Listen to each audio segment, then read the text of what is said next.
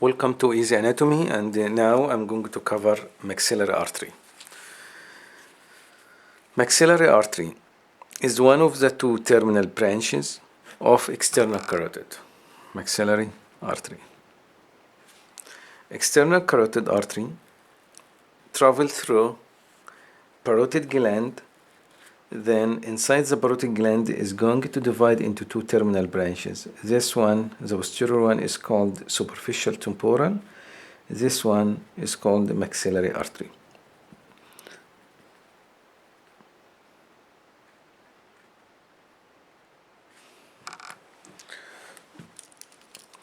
External carotid artery, superficial temporal. Then you have maxillary artery. Maxillary artery is going deep to the neck of the mandible. Here is the condyle of the mandible. Here is the neck of the mandible.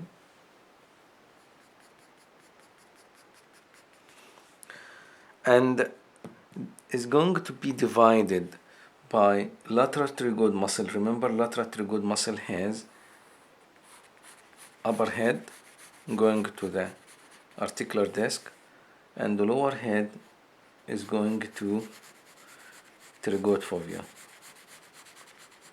Pterygoid fovea.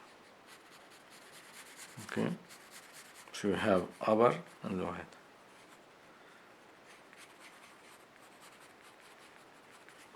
The artery is traveling either superficial or deep to the muscle. Either superficial to the lower head, like this case, like this, and disappear between the two heads, where it continues through trigomaxillary fissure to reach to trigopalatine fossa. Trigopalatine fossa. So let us say that this area is the trigopalatine fossa.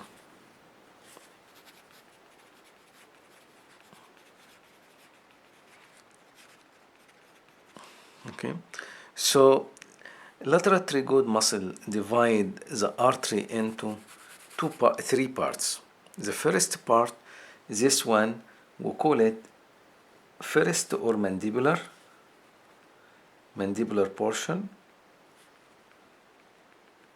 Okay, or first part. The second one, superficial or deep to lateral pterygoid. This one is called pterygoid part of the artery. The third part inside the trigopalatine fossa, and we call it trigopalatine part. So now we have three parts for the artery: mandibular, pterygoid, trigopalatine. What are branches? Branches of the artery of maxillary artery. The first part, very easy to remember. First part give two branches to the cranial cavity, two branches to the ear, and one to the mandible. So we have 5 branches. For the easy way to remember them, M-I-A-D-A, ميادة.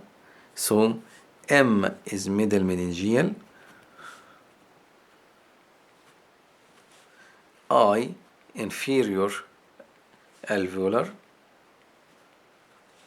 A accessory meningeal, D deep auricular, A anterior tympanic. You notice something, that these two branches going to the ear, these two branches, accessory meningeal and the middle meningeal, going to cranial cavity, and this one going to lower teeth. Those are the 5 branches from this part. So this part is going to give ميادة. Okay, 5 branches from the first part. The second part is very easy to remember, is giving muscular to lateral pterygoid, to temporalis muscle, to masseter, to medial pterygoid, to buccinator. So basically it's going to give also about 5 branches to at least 5 muscles. Those muscles are, okay, so the second part of the artery, which is called pterygoid, is going to give muscular branches to muscles of mastication plus and buccinator. How about the third one?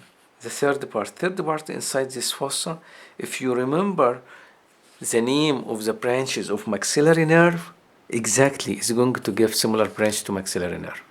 Similar branches to maxillary nerve. Like what?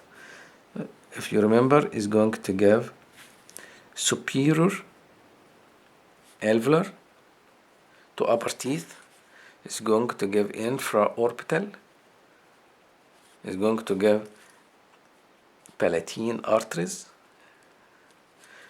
pharyngeal, nasal, etc. So the third part, easy to remember now, that the third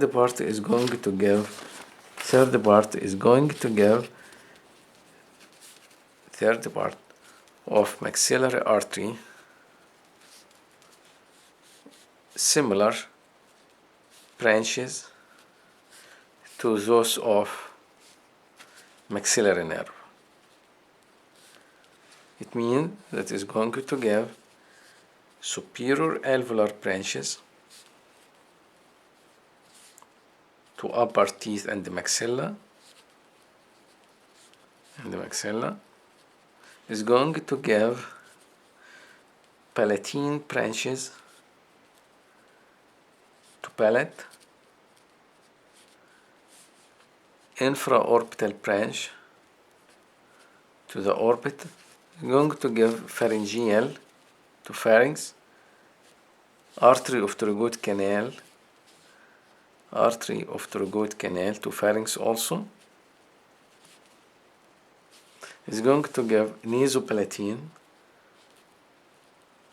artery, okay, and those are the major branches from the third part of maxillary artery. One thing you need to notice and you need to pay attention, that nerve supply of teeth, upper teeth, by which nerve? By V2. Lower or mandibular teeth by V3. Correct? However, blood supply of upper and lower teeth from the same artery, which is maxillary. Okay, good. However, from two different parts. Mandibular teeth take blood supply from first part, which is called the mandibular part, and upper teeth or maxillary teeth supplied by third part of the artery or trigopalatine part.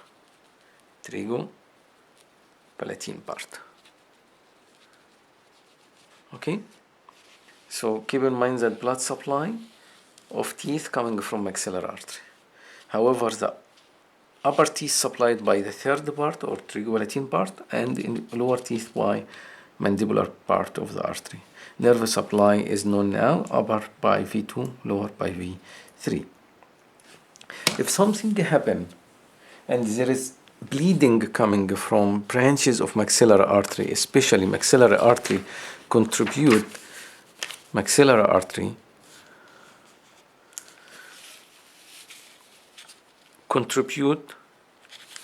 to anastomosis in nasal cavity, in nose, okay, and the common source of epistaxis, right? Also, if there is any hemorrhage and you need to control it. Either you need to compress common carotid artery against the transverse process of C6 vertebra, or you can have extensive approach through maxillary sinus. Through maxillary sinus. So basically, you go through the maxillary sinus until you reach to trigopalatine fossa, through trigopalatine fossa, where you can ligate the maxillary artery. You can ligate maxillary artery here. Okay?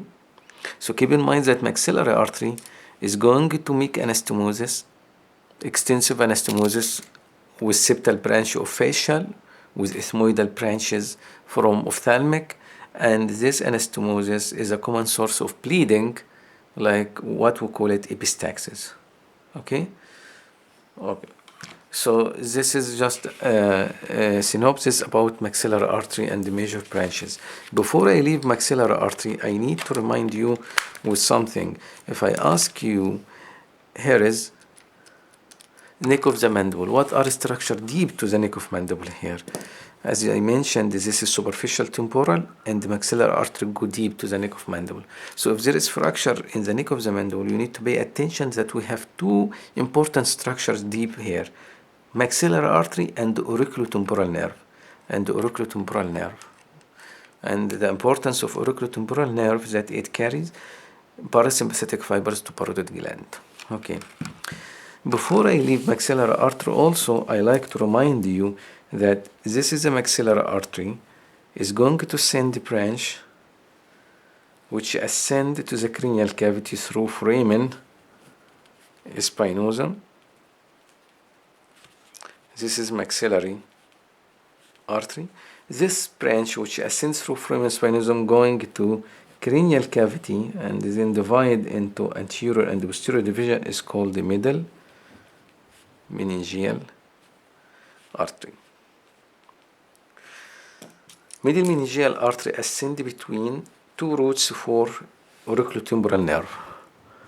This is the auriculotemporal nerve, deep to the lateral pterygoid muscle. These two roots, one coming from V3, one coming from otic ganglion. So this is the parasympathetic fibers, postganglionic fibers from otic ganglion, originally coming from glossopharyngeal nerve and going to supply parotid gland. And this is a sensory root which coming from V3. And there is the middle meningeal artery, foramen spinosum, and go to cranial cavity. Inside cranial cavity is very easy to appreciate. You see, this is the branch anterior division of the middle meningeal artery. This is the anterior division. And also the beginning here is the foramen spinosum. Okay, here is the foramen. Here is foramen spinosum. I hope that you can see it. Foramen ovale, behind it is spinosum. If you follow up this branch, this is the middle meningeal artery, divide into posterior division and the anterior division. The anterior division, as you see this is the landmark for the anterior division, is going up here and form a canal. This canal opposite pterion from outside. Here is the pterion. Okay, the pterion in this area, which is H-shaped suture between frontal parietal, squamous temporal, and greater wing of sphenoid, the pterion is corresponding to the middle meningeal artery. And what happened that sometimes trauma of the head, of the lateral part of the head here, this trauma can lead to extradural hemorrhage.